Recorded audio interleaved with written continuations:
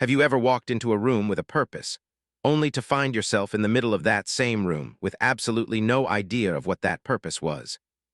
Then, due to a mixture of embarrassment and sense of concern for the state of your cognitive faculties, you stand there mentally retracing your steps and pressuring your hippocampus to give up the goods.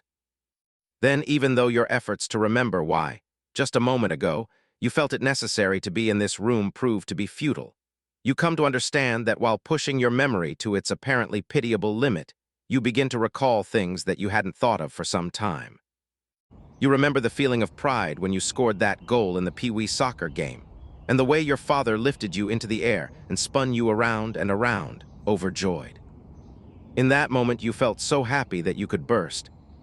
You remember the fear you felt when you hid behind the garage after you broke the window, knowing for sure that your parents would never forgive you for what you had done.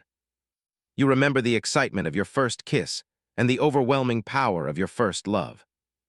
You remember the sense of rightness in the world when you held your wife's hands and looked into her eyes on the altar, and you remember the pain, so immense you thought it would suffocate you, when she left.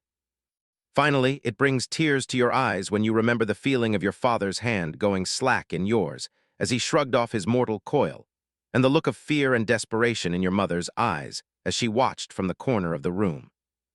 Then it is only as your vision first doubles and then triples with the swell of tears that you reach up and wipe them away. When you do so, you catch a glimpse of your phone on the table beside your TV chair, remembering now that your phone is what you had been looking for all along. You pick it up, flip the screen on, and as the glow of the thing warms your face in the dark room, a small smile creeps across your lips, and without really planning to do so, you murmur ba da ba ba ba. I'm loving it.